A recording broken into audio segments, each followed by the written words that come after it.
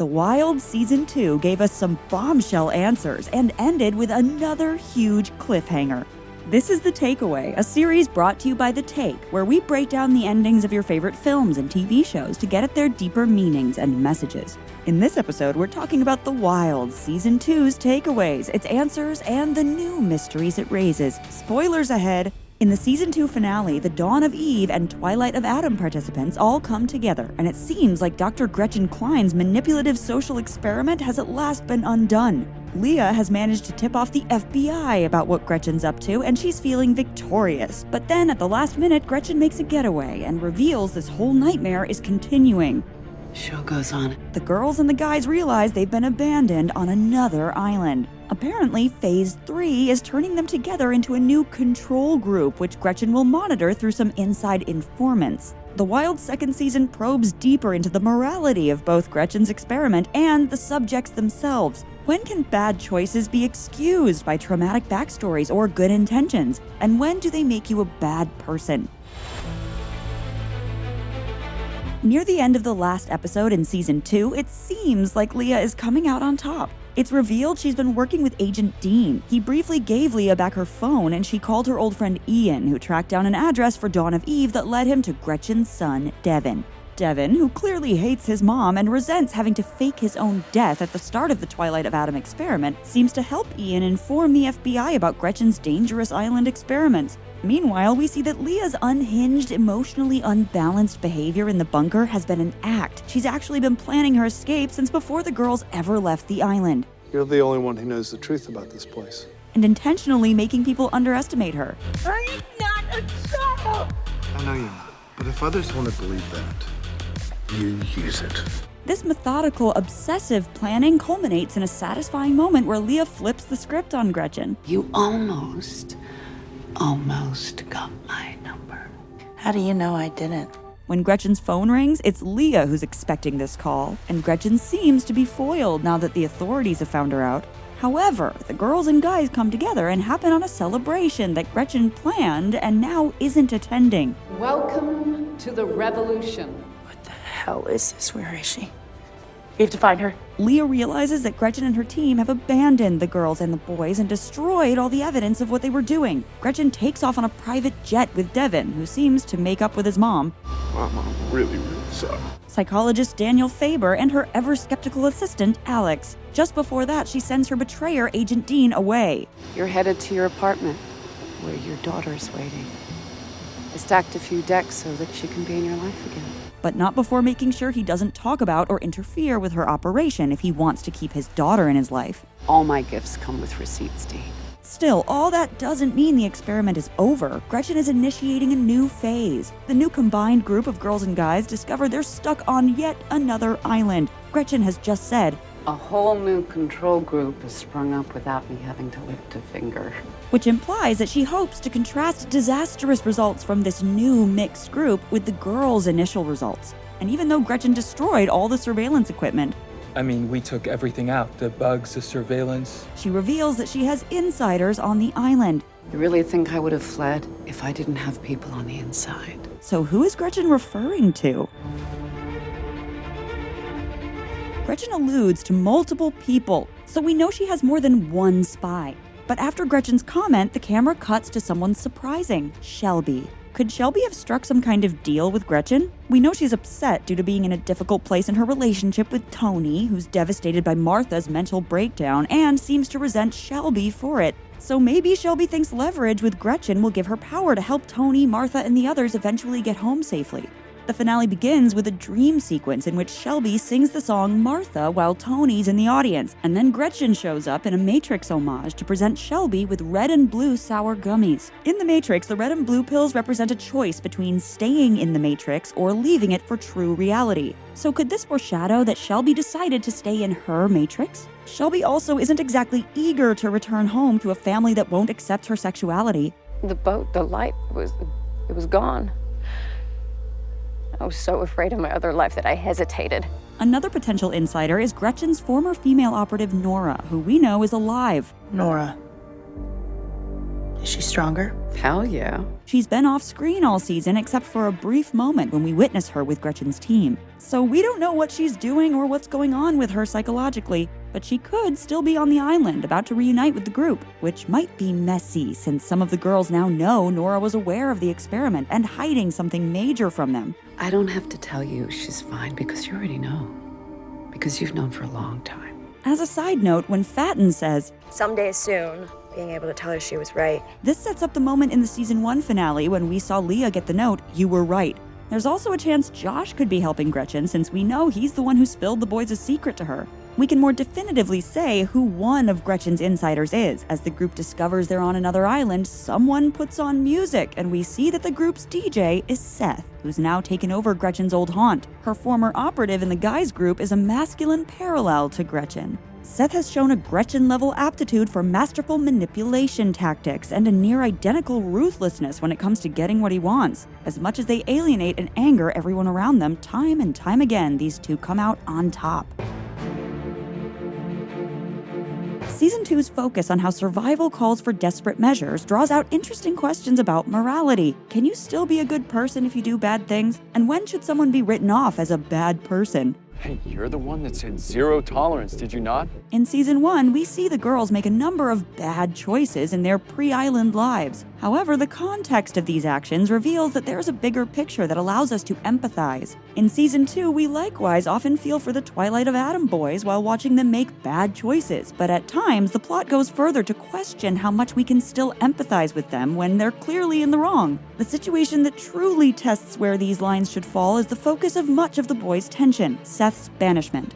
After Seth sexually assaults Josh, the boys, except for Raph, feel it's only right to banish him. But the ethics of this situation are complicated. While zero tolerance might make sense in some of our world settings, the stakes on the island are literally life and death. You can't just sentence him to death. We're not a court of law. After Seth manages to wrangle his way back into the group, though, his stepbrother Henry realizes Seth has an established pattern of harmful, abusive behavior. He stole his ex-girlfriend's cat and physically hurt her.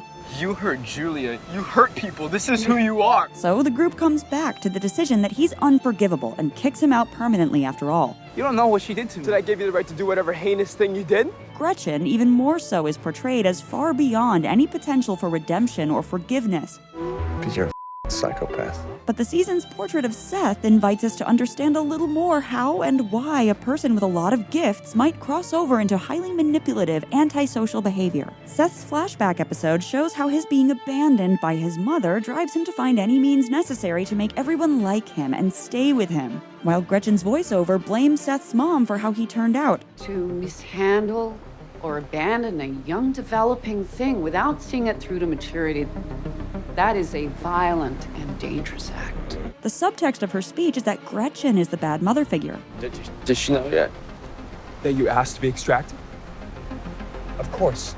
She's really disappointed in you. To Devin, Seth, Josh, and all these young people whose lives she's ruining.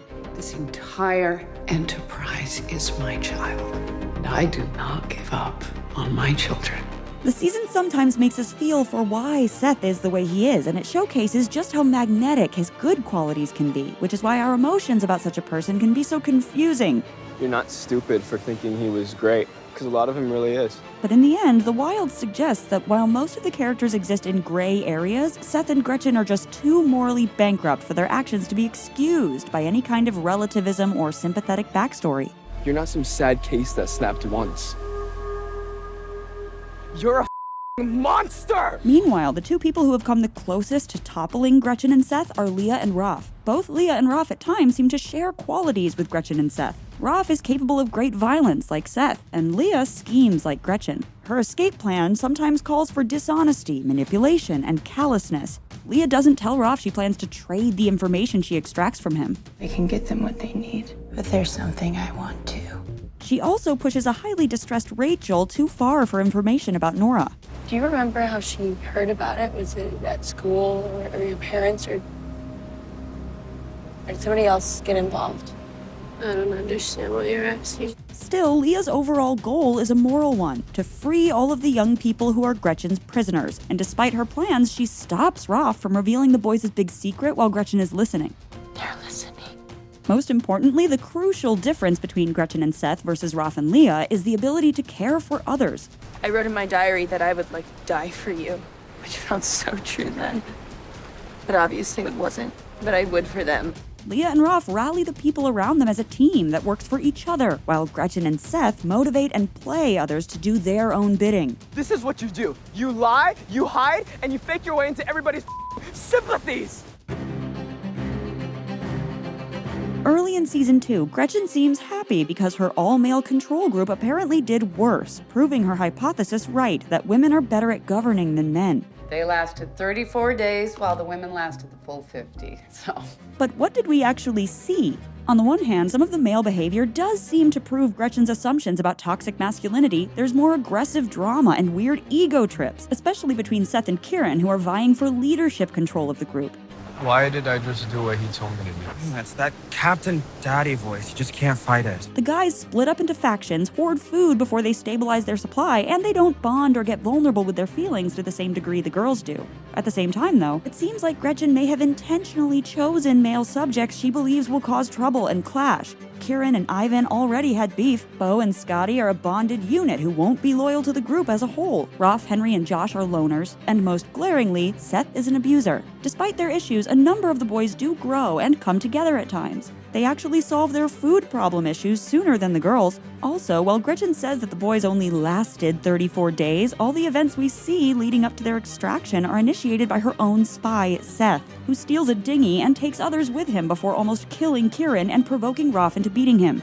In Season 2, Episode 7, Gretchen visits Josh with sour gummies and seems to emerge satisfied before she tells her team, Everything that went wrong with our control group can be laid at the feet of one simple, straightforward thing.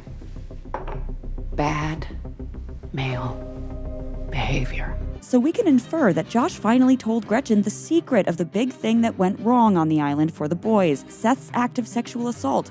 Gretchen seems to assume that this act of violence proves her point about the males. Still, the aggressor here was her own operative, an individual with a history of antisocial behavior whom any responsible person would never have placed unsupervised with other minors. So it's hard to see how this proves the boys in general failed the experiment. Overall, at least from what we've seen, Gretchen's generalizations that females are unilaterally better and males are innately bad are not proven. And with all her interference and the tons of extra variables not being controlled for, her experiment comes across like very suspect science.